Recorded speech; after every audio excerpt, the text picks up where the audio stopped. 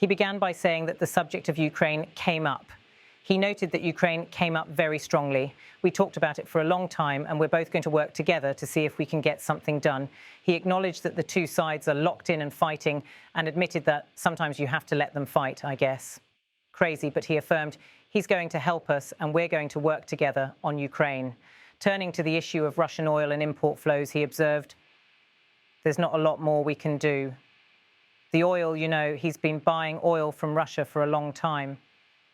He characterized that this situation takes care of a big part of China and added that India's been very good on that front, although he admitted the discussion did not dwell on that specifically.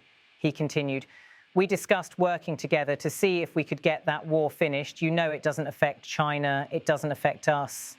He added a human cost note. I don't like to see 6, 7, 8,000 young people, mostly young people for the most part, soldiers be killed. It's not costing us anything. In fact, we make money, and I don't even want to talk about making money. I don't care about making money in that case, he elaborated. But, you know, we send weapons to NATO. They buy full price. They buy the weapons, they give them to whoever, but I think they give them probably to Ukraine for the most part. And we discussed it. We discussed the whole thing. We're going to work together to try and get the war with Russia and Ukraine solved. On the question of Taiwan, the conversation shifted. He stated plainly, it never came up. Taiwan never came up. It's not discussed. When asked whether it was something he thought might come up, he answered, no. I mean, we had a long meeting, but a lot of things we discussed in great detail, a lot of things we brought to finalization. I thought it was a great meeting. I think it was a very friendly meeting. It was a good meeting for two very large, powerful countries, and that's the way we should get along with a large, powerful. The sentence trailed off. When questioned about a social media post regarding nuclear testing and whether he was considering resuming such tests, he responded, it had to do with others. They seem to all be nuclear testing. He said, we have more nuclear weapons than anybody. We don't do testing, and we've halted it many years ago, but with others doing testing, I think it's appropriate that we do also. When pressed for details, when, he replied, it'll be announced, you know we have test sites, it'll be announced. On the situation in Gaza, he was asked if Israel had given him a heads up before bombing and whether a ceasefire still stands. He answered, it is now. They had a sniper and one of their soldiers were killed and they did retribution, so we'll see. But yeah, it is ceasefire. It's back to ceasefire. When asked about US troop reductions in Romania, he said, you have to ask. I mean, I can tell you about it, but it's not very significant. It's not a big deal. On the broader issue of nuclear weapons, which countries he has in mind, he responded with a note of levity about the press setting.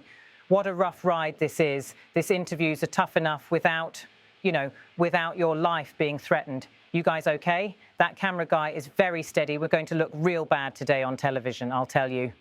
Then he added, I think that it's pretty much, I think we've discussed mostly what we said. They're comprehensive. We're going to issue a statement on some of the details, but overall, I guess on the scale of from 0 to 10, with 10 being the best, I would say the meeting was a 12. When asked to rate it, he reiterated, I think it was a 12. He added, I think very importantly, just the whole relationship is very, very important, and I think it was really good. He referenced a recent foreign trip, especially coming on the heels of the successful trip. We're in Malaysia. You signed a peace deal for Cambodia and Thailand, critical mineral deals with all our allies.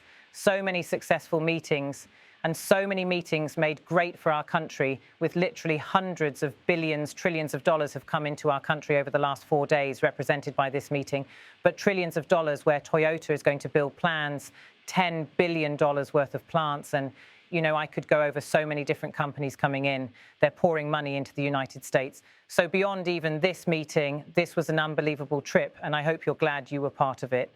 It was big. Asked if the other country had committed to additional investment, he noted, they have investments and they will invest. And China, I think they feel very strongly.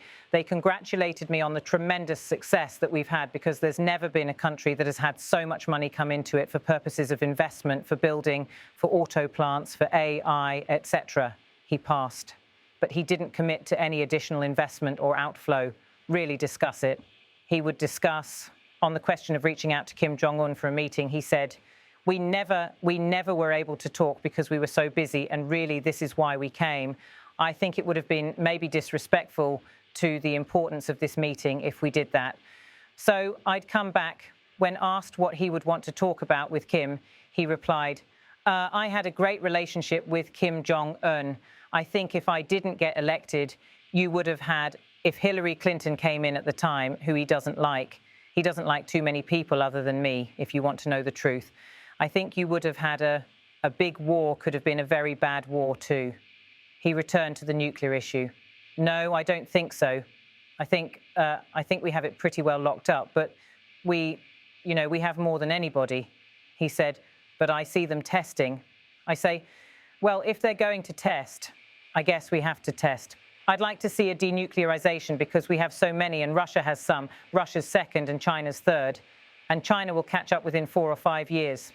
He added, I think de-escalation would be they would call denuclearization would be a tremendous thing, and it's something we are actually talking to Russia about that, and China would be added to that if we do something. Thank you all. It was a great success. It was a great honor. I mean, he's a tremendous leader of a very powerful country, and I give great respect to him, and we appreciate the fact that he came for this meeting. Thank you very much. He concluded with his campaign-style close. For the good of our nation, let's work together and let's truly make America great again. This broad string of remarks covers multiple arenas of US foreign policy and diplomacy. Several threads stand out. On Ukraine, the speaker frames the conflict as something external to the US, but still of concern. It doesn't affect us, yet the US is committed to working with the other country to find a resolution. The acknowledgement of 6, 7, 8,000 young people and soldiers be killed brings the human cost into what otherwise is described in transactional terms. We make money. On China and India, while the remark about China's oil imports from Russia and India being very good soon on that front suggests a favourable view of India's stance, new analysis shows that both China and India are under US pressure, tariffs, for their continued imports of Russian oil. This means the speaker's framing is selective and may understate US concerns with India. On Taiwan, the complete omission of any discussion is in itself telling. In a moment when the US-China-Taiwan triangle is often central to strategic debate, the speaker says it never came up. That signals either a conscious deprioritization or a strategic omission. The nuclear testing remarks are significant, declaring we have more nuclear weapons than anybody and suggesting the US may resume tests if others do indicates a shift, or at least a danger of one, in nuclear policy norms. The reference to we have test sites, it'll be announced, suggests further clarity may follow, but risks destabilization. On the Gaza-Israel front, the argument that it is back to ceasefire suggests a return to status quo, but acknowledges recent violence. They had a sniper and one of their soldiers were killed. It frames the situation as under control, but tenuous. With respect to investment flows and diplomacy, the speaker underscores investments into the US from large foreign companies, referencing trillions of dollars. Toyota is going to build plants, $10 billion worth of plants, and describes this recent trip as unbelievable and big. That shows the domestic economic lens through which the speaker views foreign policy. The segment on outreach to Kim Jong-un again mixes personal rapport, I had a great relationship, with a counterfactual, if Hillary Clinton came in, you would have had a big war. Such language serves to highlight the speaker's own role and characterize diplomacy in personal terms rather than structural ones. The tone is crafted as a human-speaking journalist account, contextualizing remarks, linking them to known strategic developments, and drawing out key tensions without naming the specific transcript anchors. Key statements from the speaker are bolded and quoted verbatim, with attribution via, he said, the various issues, Ukraine/Russia war, China/India oil import pressures, Taiwan, nuclear testing, Gaza/Israel ceasefire, foreign investment into the US Korean Peninsula outreach are all integrated into a coherent narrative. The report avoids outdated characterizations, e.g. calling someone former president if they are current, and uses the up-to-date titles, e.g. President of the United States. While paraphrasing the general flow, important direct quotes are preserved and highlighted as requested.